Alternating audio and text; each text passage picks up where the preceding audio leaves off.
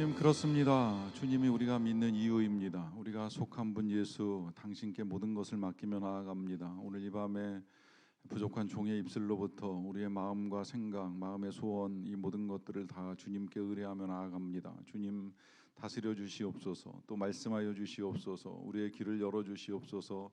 우리의 귀로 듣게 하시옵소서. 들을 뿐만 아니라 행하게 하여 주시옵소서. 주의 능력 힘입고 나아가는 시간이 되기를 원합니다. 예수님의 이름으로 기도하옵나이다. 아멘. 이 밤에 우리에게 주시는 하나님 말씀은 사무엘하 22장 42절부터 마지막 절까지 말씀입니다. 51절까지입니다. 사무엘하 22장 42절부터 51절까지 말씀입니다. 42절부터 51절까지 말씀을 저와 여러분들이 한 절씩 교독하겠습니다. 그들이 도움을 구해도 구원할 자가 없었고 여호와께 부르짖어도 대답하지 아니하셨나이다. 내가 그들을 땅의 티끌같이 부스러뜨리고 거리에 진흙같이 밟아 해쳤나이다. 주께서 또 나를 내 백성의 다툼에서 건지시고 나를 보존하사 모든 민족의 으뜸으로 삼으셨으니 내가 알지 못하는 백성이 나를 섬기리이다. 이방인들이 내게 굴복하며 그들이 내 소문을 귀로 듣고 곧 내게 순복하리로다. 이방인들이 쇠약하여 그들의 견고한 곳에서 떨며 나오리로다. 여호와의 사심을 두고 나의 반석을 찬송하며 내 구원의 반석이신 하나님을 높일지로다. 이 하나님이 나를 위하여 보복하시고 민족들이 내게 복종하게 하시며 나를 원수들에게서 이끌어내시며 나를 대적하는 자 위에 나를 높이시고 나를 강포한 자에게서 건지시는도다. 이러므로 여호와여, 내가 모든 민족 중에서 주께 감사하며 주의 이름을 찬양하리이다. 여호와께서 그의 왕에게 큰 구원을 주시며 기름 부음 받은 자에게 인자를 베푸시며 영원하도록 다윗과 그 후손에게로다 하였더라. 아멘. 신문에 책이 하나 소개가 됐는데요. 책 제목이 초거대 위협이라고 하는 책입니다. 뉴욕대학교 루비니 교수, 경제학 박사인 루비니 교수가 쓴 책인데, 지금 이제 우리가 살아가는 이 세상에 10가지 이상의 이 위협들이 있어서 앞으로 살아가는 세상은 이제 또다시 이제 힘든 세상이 전개될 것이다라고 하는 이야기입니다. 그분 분석대로 하면 이제 한 70년 전부터 지금까지 대략적으로 한 70여 년 동안, 그러니까 그분이 봤을 때는 아마 2차 대전 후 우리가 경험한 거로는 6.25 동란 후로부터 이제 지금까지 전반적으로 이 세상은 이제 잘 성장하고 잘 발전하고 이제 좋아지는 상태를 우리가 경험하며 살아왔잖아요.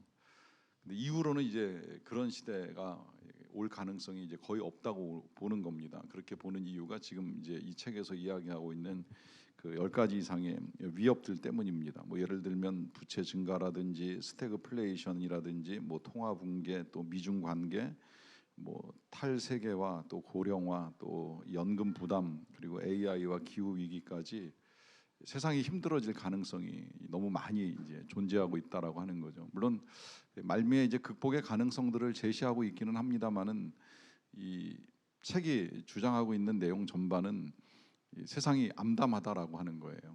근데 사실 이런 세상이 암담하다라고 하는 이야기를 하는 게 어떤 때는 이제 우리 피부에 쉽게 와닿지 않을 때가 있어요. 그러니까 뭐 세상은 그렇게 돌아간다 할지라도 내가 과연 그러한 일들을 겪을 것인가, 또 진짜 세상이 힘든 건가, 내 삶이 힘든 건가, 이제 이것들이 다르게 나타날 때가 있다라고 하는 것입니다.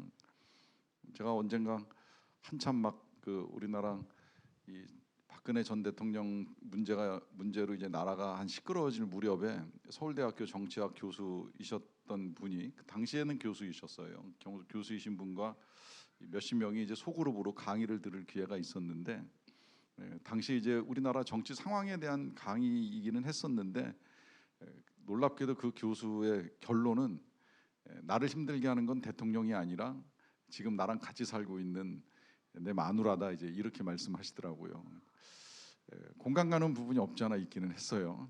오늘 제 집사람이 없어서 하는 얘기는 절대 아니지만, 때로는 뭐 통치자, 세상 돌아가는 여러 가지 이유들, 그런 거 저런 거 다 아니라 나랑 가장 가까이 있는 사람, 뭐 그게 부인일 수도 있고 남편일 수도 있고 때로는 뭐 직장에서 하루 8시간 일주일 닷새를 같이 일하는 이제 그 사람이 힘든 거지. 뭐 세상이 어떻게 변하든 어떻게 돌아가든 이제 그것이 중요한 것이 아닐 수도 있다라고 하는 것이죠. 자, 그런 관계 속에서 보면 다윗에게 있어서 힘든 건 전쟁이었을까요? 관계였을까요? 수없이 많은 전쟁을 치르는 다윗.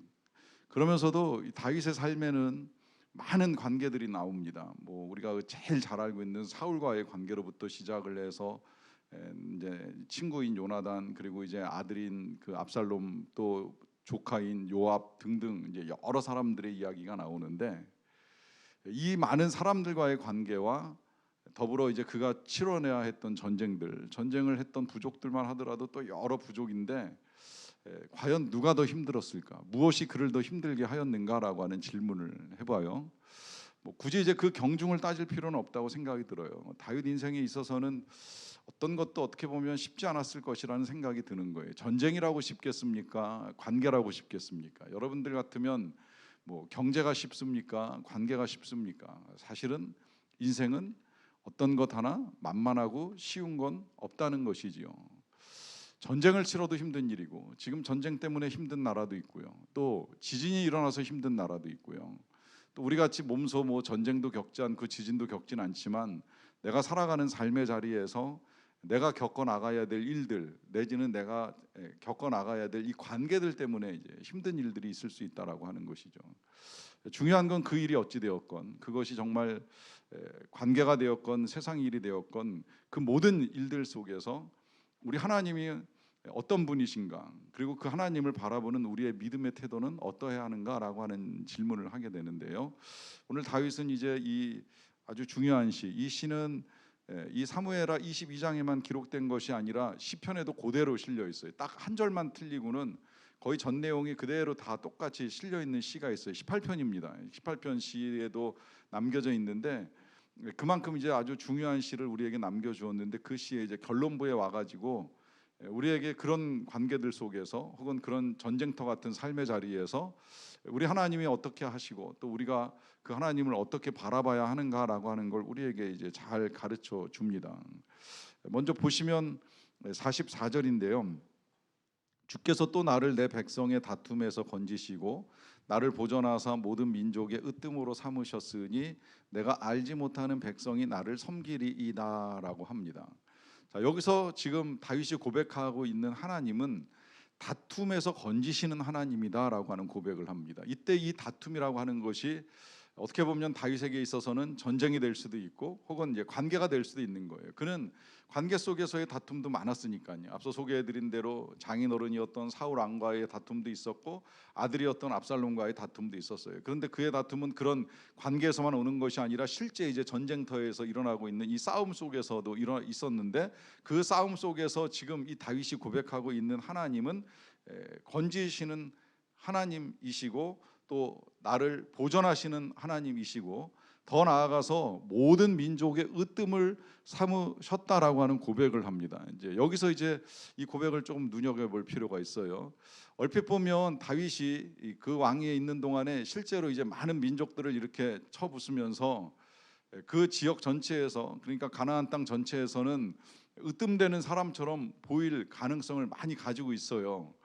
실제로 그렇잖아요. 어쨌든 이스라엘 백성은 다윗부터 솔로몬 때까지가 최고의 황금기였고, 그 전이나 그 후에는 쇠락기를 겪을 수밖에 없거든요. 그 전에 뭐 사울왕 때나 사사기 시대에는 늘 이 쫓겨다니고 또 전쟁에서 패하고 울부짖어 가지고 회복하고 이제 이런 역사가 반복되었고, 사울왕 때 조금 반짝했었고, 이제 그게 다윗과 솔로몬 시대의 절정을 이루다가 이제 솔로몬 시대가 지나고 나서부터 뭐 급격하게 이제 또 나라가 이제 쇠망의 길로 걸어가잖아요. 그러고 보면 다윗 시대의 다윗과 이스라엘이 그 지역에서 으뜸으로 보이는 것은 틀림이 없어요. 근데 그렇게 보면 이제 우리에게 의문이 생깁니다. 그러면 하나님이 다윗은 건지시고 다윗은 보존하셔서 그 다윗을 으뜸으로 높이셨는데, 그러면 우리는 과연 다윗과도 같이 그런 으뜸의 시기를 우리가 맞이할 수 있겠는가라고 하는 이제 의문이 생겨나는 거죠. 여러분, 여기서 정말 으뜸이라고 하는 것이 무엇이겠습니까? 그리고 하나님이 우리에게 으뜸이길 원하시는 것이 무엇이겠습니까? 이 으뜸이라고 하는 것이 말 그대로 1등하는 건데 여러분 잘 생각을 해보세요. 뭐 하는 데 있어서 1등하고 싶으세요? 정말 여러분들이 1등하고 싶은 건 뭐예요? 잘 생각을 해보세요. 나 1등하고 싶다. 이것만큼은 나 1등하고 싶다 했을 때 그게 뭘까요? 자식 잘 키우는 거? 돈 많이 버는 거? 이름 날리는 거? 세상에서 잘 나가는 거로 1등하고 싶다?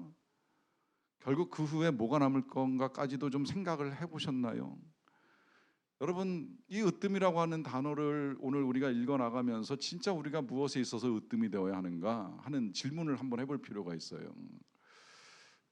저는 이 으뜸이라고 하는 단어를 보면서 그런 생각을 했습니다. 뭐가 진짜 우리에게 있어서 으뜸이 되어야 할 것인가? 그것은 하나님께 사랑받음에 있어서의 으뜸이고요. 그리고 내가 그 사랑을 아는 데 있어서 으뜸이고요. 더 나아가서 내가 하나님을 사랑하는 데 있어서의 으뜸이라고 하는 것입니다. 다윗이 그런 생각을 했는지 안 했는지는 모르겠지만 저는 다윗이 무엇보다도 그 부분에 있어서도 부족하지 않았다라고 하는 생각이 들어요. 다윗 스스로의 고백을 가지고서 이제 우리가 봐도 다윗이 스스로 고백할 때 본인의 보잘것없음을 인정하잖아요.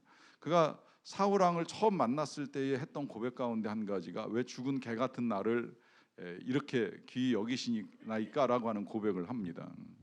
이게 지금 스스로 사랑받고 있다는 것에 대한 고백인데 결국 이 고백은 이제 다윗이 후일의 시편들 속에서 이제 하나님을 향한 고백으로 그대로 이어져서 자기는 부족했지만 하나님의 사랑하심이 너무나 지극히 크기에 여호와로 인하여 나는 부족함이 없으리로다라고 하는 고백을 하는 것입니다. 그러니까 그는 하나님께 으뜸되는 사랑을 받았고 또 그 사랑을 으뜸으로 알고 있어서 그 사랑으로 충분하다라고 하는 생각을 하고 있는 거예요. 그런 점에서 그는 하나님이 그 자신을 이제 이 모든 민족 가운데 으뜸으로 삼으셨다라고 하는 고백을 하고 있습니다. 자, 이와 더불어서 45절에 이제 보시면 이방인들이 내게 굴복하며 그들이 내 소문을 귀로 듣고 곧 내게 순복하리로다라고 합니다. 자, 여기 지금 이제 복종이라고 하는 단어가 두 가지로 나오고 있어요. 하나는 굴복이고 하나는 순복입니다. 굴복이라고 하는 거는 이길 수 없는 힘에 의해 가지고 억지로 복종할 때 아마 굴복이라고 표현을 하는 것이고요. 순복이라고 하는 건 그 힘의 능력과 가치를 알고 있으니까 이제 알아서 긴다 했을 때 순복 아니겠습니까? 어떤 형태로든 받아들이는 입장에서는 상대방이 굴복을 하든 순복을 하든 이제 이쪽은 승리를 경험하는 일이잖아요. 상대방이 패했으니까 굴복이든 순복이든 해오는 것이겠죠. 그런 면에서 지금 다윗이 선포하고 있는 이 굴복이나 순복은 이 다윗이 승리했다라고 하는 사실에 대한 자부심을 담은 표현이라고 할 수 있습니다. 자, 이렇게 보면 하나님은 우리들이 관계들 속에서 굴복하게 하시고 순복하게 하시는 일들을 통해서 우리에게 승리를 주시는 하나님이시라 볼 수 있겠죠? 자, 그러면 이런 승리 맛보셨어요? 이런 승리 경험해 보셨습니까? 상대방이 나에게 굴복을 하던 순복을 하던 복종하는 태도를 통하여 아 그래 역시 내가 이긴 거고 하나님이 나를 이기게 하셨구나라고 고백할 만한 일들을 경험하셨는가라고 하는 질문을 드리는 거예요. 제가 지난주에 피택자들하고 이렇게 교육을 하다가 알고는 있었지만 저만 경험한 줄 알았더니 그 피택자들 중에도 이제 경험하게 하신 놀라운 고백을 제가 들을 기회를 가졌었는데요. 그 고백이 이런 고백이에요. 싸움을 했는데 싸우고 나면 마음이 불편하잖아요. 그게 뭐 어떤 싸움이 되었든지 간에 뭐 교우 간의 싸움이건 부부 간의 싸움이건 싸우고 나서 마음 편한 사람은 없잖아요. 그래서 싸우고 대화를 단절하고 방에 들어갔는데 하나님께 이제 답답함을 호소하잖아요. 화가 난다, 뭐 짜증 난다, 힘들다 얘기를 하잖아요. 그러고 기도를 하는데 하나님의 놀라운 반응이 나타나는 거예요. 그 반응이 다른 것이 아니라 당장 나가 사과해라. 경험해 보셨어요 혹시 여러분? 지금 내가 화가 잔뜩 났어요. 화난 건 뭐 같이 사는 사람 때문일 수 있는데 그 같이 사는 사람 때문에 싸우다 화가 나서 들어왔는데 네가 당장 나가 사과하라라고 하는 하나님의 음성 들어보셨는지요? 저는 몇 번 들어봤어요. 그 음성 들으면 정말 순종하기 싫어요. 꼭 이걸 순종해야 되나 하는 이제 생각이 들 때도 한 번씩 오잖아요. 전 몇 번 그 경험을 하면서 저만 경험한 줄 알았더니 그날 피택자들 중에도 똑같은 경험을 하신 분들이 계셔서 제 경험과 함께 나누어 드립니다.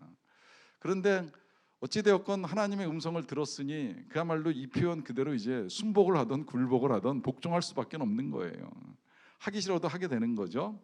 자, 그러고 나가서 손을 내밀고 사과를 할 때 전 그날도 그 고백을 했어요. 지난주에. 그래도 억울하다. 내가 잘못한 게 없는데, 내가 사과를 하는 건 잘못해서가 아니라 하나님이 하라고 하시기 때문에 순종하는 것일 뿐, 솔직히 난 잘못했다고 생각을 하지 않는다 하는 마음을 가지고는 있어요. 그런데 그런 마음을 가지고서라도 하나님의 말씀에 따라 나아가서 그야말로 굴복 같은 혹은 순복 같은 손을 내밀 때 어떤 반응이 일어나는지 아시죠? 일단은 상대방이 흠칫 놀랍니다. 아, 이 사람이 왜 이래? 이제 이런 반응 이제 일어나는 거죠. 왜 갑자기 나와 가지고서는 먼저 사과를 하나? 이제 이럴 수 있는 거잖아요. 자, 그러고 나면 진짜 승리가 누구한테 온다고 생각을 하십니까? 승리는 저한테 오는 거예요. 손 내밀고 엎드리고 사과하고 용서를 구하고 잘못했다고 말을 하지만 절대 패배가 아니라는 확신을 가질 수 있습니다. 이것이 이제 하나님의 싸움 방식이에요.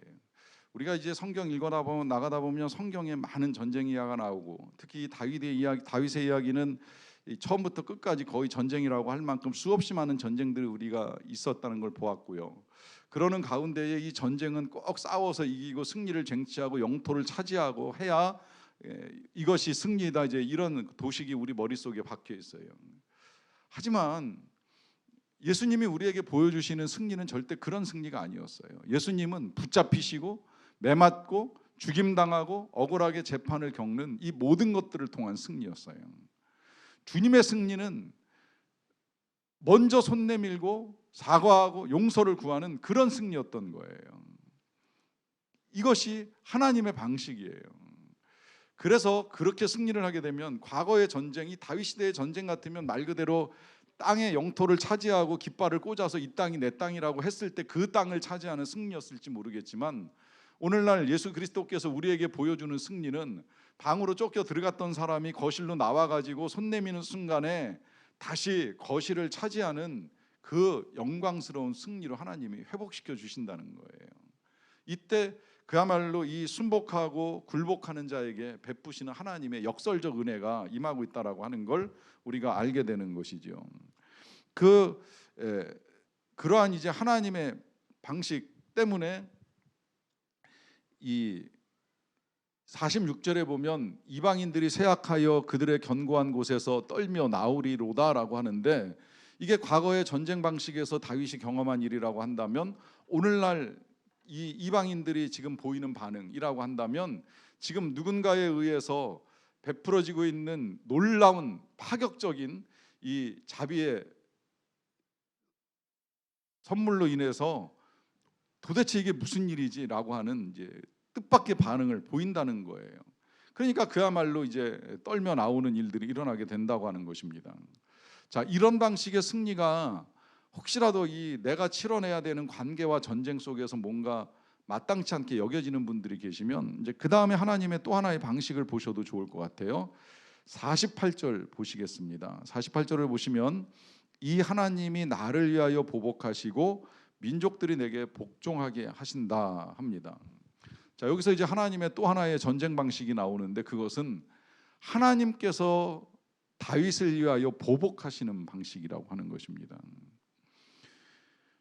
이것은 뭐 제가 설명드리지 않아도 될 만큼 여러분들이 이 사무엘서를 잘 읽어 오시긴 했지만 그래도 다시 한번 이제 확인하는 차원에서 넘어가자고 한다면 다윗은 이거 여러 번 경험을 해요. 이제 무엇보다도 그를 가장 힘들게 했던 사람은 1차적으로 사울이었는데 이 사울과의 관계 속에서 이 다윗은 직접 칼을 뽑지 않아요. 물론 칼을 뽑을 만한 기회도 있었고 실제 뽑기도 했어요. 그래서 사울의 옷자락을 베긴 베었어도 그의 목을 베진 않았어요. 사실은 목을 베도 충분할 만한 일을 다윗은 겪었어요. 왜?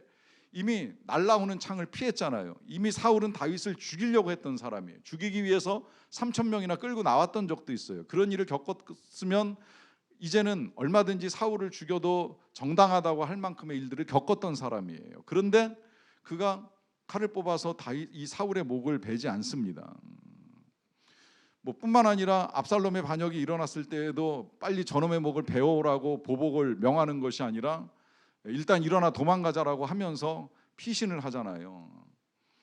자, 여기 이 모든 일들에 대해서 이제 결과적으로 사울도 세상을 떠나고 압살롬도 세상을 떠나는데 다윗의 손에 의해서 이들이 죽임을 당하지 않는다는 거예요. 결국 누구에 의해서 보복을 당하는 거예요? 하나님이 하시는 거예요. 하나님이 블레셋의 손에 의해서 사울을 정리해요. 물론 안타깝게도 요압의 손에 의해 압살롬이 정리되기는 했지만 하나님은 다윗의 손에서 사울이 죽거나 압살롬이 죽는 것을 막지 않으셨어요. 왜 그러셨겠습니까? 여기서 이제 우리가 앞서 읽었던 이 44절의 말씀, 민족의 으뜸으로 삼으시는 이 하나님의 손이 또 한 번 나타나는 건데, 이렇게 만약에 다윗이 사울을 죽이고 압살롬을 죽이면서 왕위를 유지해 왔으면 그는 절대 민족의 으뜸이 될 수가 없어요. 오히려 민족의 조롱거리가 되는 거죠. 이건 타민족뿐만이 아니라 자국민들한테도 아주 비참한 조롱거리가 될 수밖에 없는 거예요. 왜 그런지는 다 아시잖아요. 전 선대 왕을 죽이고 왕권을 차지한 반역자야. 사울왕 죽였으면 그런 말 들을 수밖에 없는 거예요. 압살롬 죽이면 아들 죽이고 왕권 유지하겠다고 발버둥 친 왕이야, 이런 말밖에 들을 수가 없는 거예요. 그런데 다윗은 사울왕을 해한 일도 없고 압살롬을 해한 적도 없어요. 그러하기 때문에 그가 진짜 대단한 왕으로 높임을 받고 성경에서도 중요한 인물이 되고 우리도 그를 귀히 여기는 것은 그가 정말 부끄러운 일을 하지 않았다는 거예요. 물론 그에게 있어서 오점이 남아있기는 해요. 밧세바의 사건에 따른 부끄러운 점이 없지는 않지만 그 일을 제외하고 많은 경우에 있어서 많은 관계와 전쟁과 전투에 있어서 그는 정말 하나님의 뜻에 따라 으뜸되는 일을 이루어갔던 사람이라고 하는 것이 분명하게 드러나는 거죠. 그와 같은 일들이 드러나기까지 다윗이 취한 선택은 모든 보복을 하나님께 맡기는 겁니다. 하나님의 손에 의뢰하는 거예요. 내 손, 내 힘, 내 능력으로 내가 처리하는 것이 아니라 하나님께서 하실 것을 믿는 믿음을 가지고 하나님께 의뢰함으로 말미암아 이와 같은 하나님의 의뢰를 경험합니다.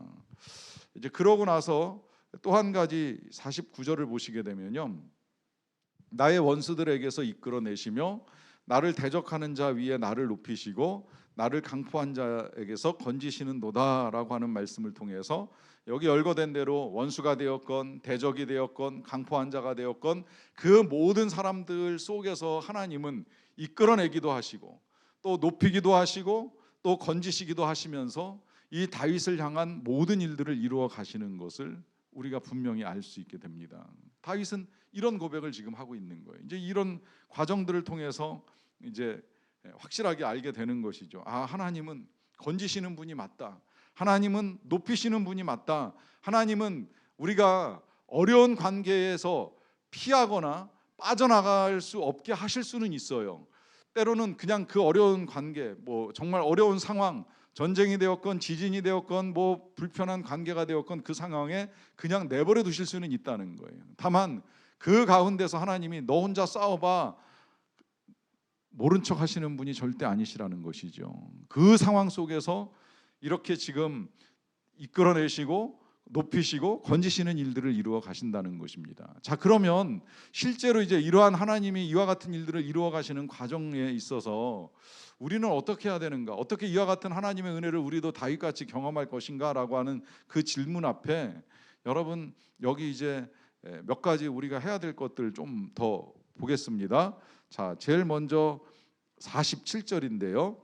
여호와의 사심을 두고 나의 반석을 찬송하며 내 구원의 반석이신 하나님을 하나님을 높일지로다 합니다. 자, 여기서 보시는 대로 이제 이러한 모든 상황들 속에서 제일 먼저 해야 될 일이 나오죠. 그것은 우리의 반석이신 하나님을 찬송하는 것이라 그래요. 아니라면 이제 하나님을 높이는 것이다 하고 말하고 있습니다.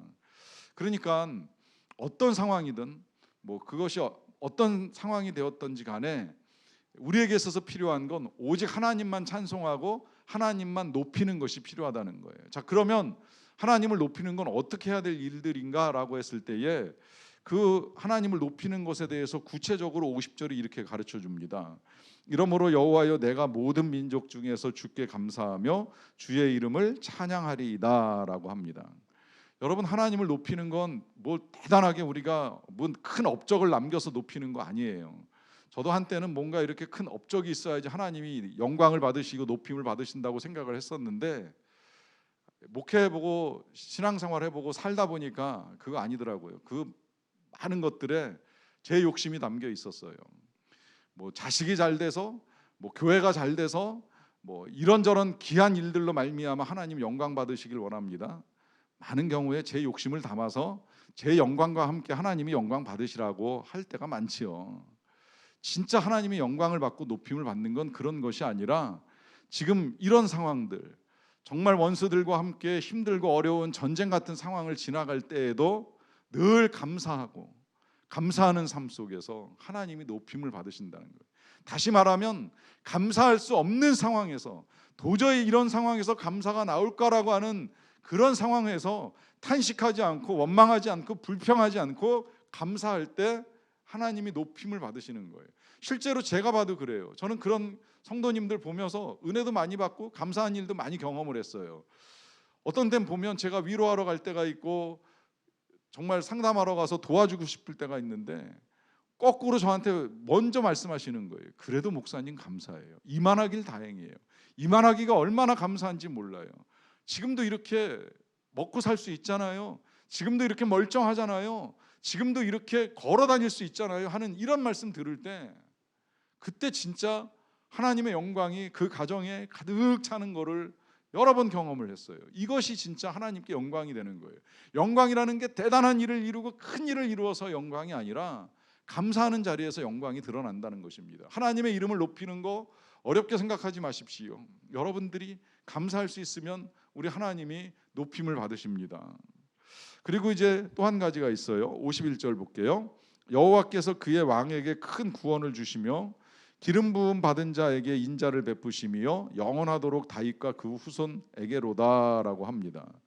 자, 여기 이제 어떻게 보면 다윗이 시를 마무리하면서 마지막 소망 같은 기도를 써놨는데, 그것은 이제 하나님의 구원하심이 영원하다라고 하는 고백과 함께 또한 그 기름 부음 받은 자에게 인자를 베푸신다라고 하는 고백인데요. 자, 일단 그의 구원하심과 인자하심이 영원하다라고 하는 이 부분에 있어서는 이 영원함이 개를 향한 영원함이기도 하지만, 이 영원함이라고 하는 건 여러분 이제 좀 다양하게 생각을 해야 돼요. 1차적으로는 우리의 영원한 삶 가운데 베푸시는 인자와 구원이 틀림없어요. 우리가 이 땅에 사는 동안에 뭐 죽을 때까지, 죽은 이후에 천국에서도 영원히 우리는 은혜 가운데 살아가는 자들이에요. 그리고 영원히 우리는 하나님의 구원을 힘입고 살아요. 그와 같은 우리에게 우리 하나님의 영원하심은 그 변함이 없어요. 이후로부터 영원토록 변함이 없어요. 죽은 이후에도 조금도 변하지 않아요. 영원하신 하나님의 영원한 사랑이 변할 리가 없는 것이죠. 그러하기 때문에 이 영원함이라고 하는 건 개인적으로 영원토록 흔들림이 없는 것이다라고 하는 확신을 가지고 살아가는 건 중요합니다. 하지만 구약 성경에서 이 영원함을 이야기할 때에는 때때로 이 영원함이 대대로라고 하는 말을 바꿔 쓰는 표현으로 나올 때가 많아요. 그러니까 다시 말하면 이 영원함 속에는 후손에 대한 이제 이 소망이 담겨 있는 거예요. 다윗은 어쩌면 그런 소망이 컸다고도 볼 수가 있어요. 왜냐하면 그는 자식도 많았고 그 가운데 특별히 더 사랑하는 솔로몬 같은 자녀도 있었는데, 자기 혼자 당대에 잘 되고 끝나기를 바랄 수가 없는 거잖아요. 특별히 그는 더더군다나 성전 건축의 꿈을 포기하고 이제 그 꿈을 아들한테 넘겨준 입장에서는 이 아들이 잘 돼서 그 성전 건축의 꿈을 이루어가야 하거든요. 그러다 보니까 이 다윗은 후대에 이제 이 솔로몬이나 그 뒤를 이어나가는 자손들에게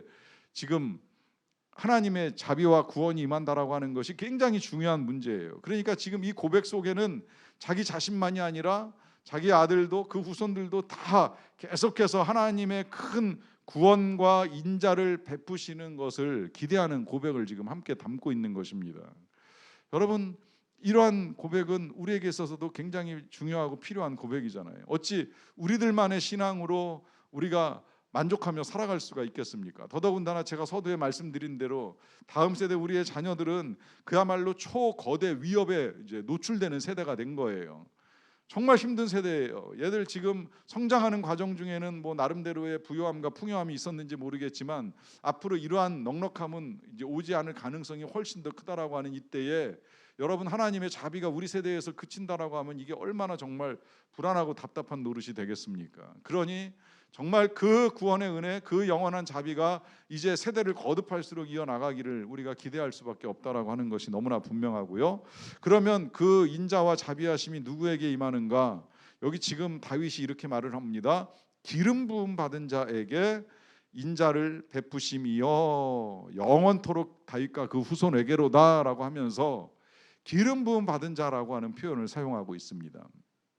물론 이때에 다윗은 어쩌면 이 기름 부음이 자신에게 임하였고 이제 그 뒤를 이어나가는 솔로몬에게 이어지기 때문에 이 기름 부음 받은 자에게 하나님의 자비가 임하는 것을 중요하게 여기고 그런 고백을 했는지도 모르겠어요.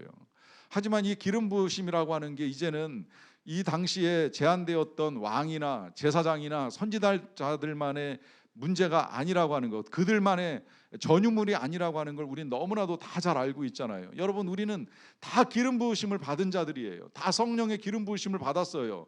때때로 우리가 그 사실을 잊어버리고 살아가기 때문에 우리 안에서 성령의 능력이 나타나지 않을지도 모르겠지만, 그러나 하나님은 우리에게 성령을 기름 부어 주셔서 우리로 하여금 이제 그 성령의 능력을 힘입고 살아가는 사람들이 되게 하신 거예요. 혹시라도 다시 그것이 부족하게 여겨지면 우리가 구해야 될 건 다른 어떤 것이 아니라 그 기름 부으심만을 구하시면 되는 거예요. 성경은 우리에게 분명하게 약속하기를 이미 기름 부으심이 우리에게 있기 때문에 우리는 하나님의 말씀을 깨달을 수도 있고 들을 수도 있고 알 수도 있고 행할 수도 있는 능력이 있다라고 요한 사도가 우리에게 약속까지 다 확신까지 주셨어요. 그러하기 때문에 우리에게 있어서 필요한 건 계속해서 기름 부으심의 은혜만을 구하면 되는 거예요. 오죽하면 찬양팀 가운데 어노인팅이라고 하는 팀이 나온 이유가 뭐냐면 그 팀을 통해서 기름 부으심이 흘러가기를 원했던 거예요. 자신들에게 기름 부으심이 있고 그 팀이 함께하는 찬양 집회를 통해서 어노인팅, 하나님의 기름 부으심이 이 나라와 열방 가운데 흘러가기를 바라는 마음으로 그 팀 이름이 붙여지기도 한 거예요. 그만큼 기름 부으심이 우리에게 중요합니다. 말 그대로 우리는 왕 같은 제사장이기 때문인 거예요. 우리는 이미 왕으로 기름 부으심을 받고 제사장으로 기름 부으심을 받고 선지자와 사도로 다 기름 부으심을 받은 사람들이에요. 필요한 것이 있다면 계속되는 그 기름 부으심 가운데에 이제 하나님의 은혜가 우리 안에서 그치지 아니하고 흘러 넘치기를 소망하는 마음을 가지고 나아가는 것입니다. 그러면 이길 수 있습니다. 다 이길 수 있습니다. 어떤 어려운 관계도, 어떤 전쟁 같은 상황도, 어떤 지진 같은 끔찍함도 우리에게 있어서 이길 힘은 우리에게 있는 것이 아니라 하나님께 있기 때문입니다. 그 하나님의 기름 부으심으로 이겨나갈 수 있는 저와 여러분들이 다 되시기를 간절히 축원합니다. 기도하겠습니다. 하나님 감사합니다. 오늘 이 밤도 다시 우리가 우리 하나님을 알 수 있게 해주셔서 감사합니다. 하나님, 우리를 건지시는 분이십니다. 하나님, 우리를 살리시는 분이십니다. 하나님, 우리를 높이시는 분이십니다. 하나님, 세계 열방 가운데에 우리를 으뜸으로 사랑해 주셔서 감사합니다. 그리고 우리가 으뜸으로 그 사랑을 알게 해주셔서 감사합니다. 그리고 우리가 이제는 하나님을 사랑합니다. 으뜸으로 사랑하기를 원합니다. 하나님, 우리에게 더욱 기름 부어 주시옵소서. 성령의 기름을 부어 주시옵소서. 우리가 살아가는 이 세상의 이 모든 것들을 이길 만한 성령의 기름 부으심이 오늘 주님 앞에 나와 기도하는 모든 주의 백성들 가운데 임하기를 원합니다. 그 강한 기름 부으심이 있는 밤이 되게 하여 주시옵소서. 예수님의 이름으로 기도하옵나이다. 아멘.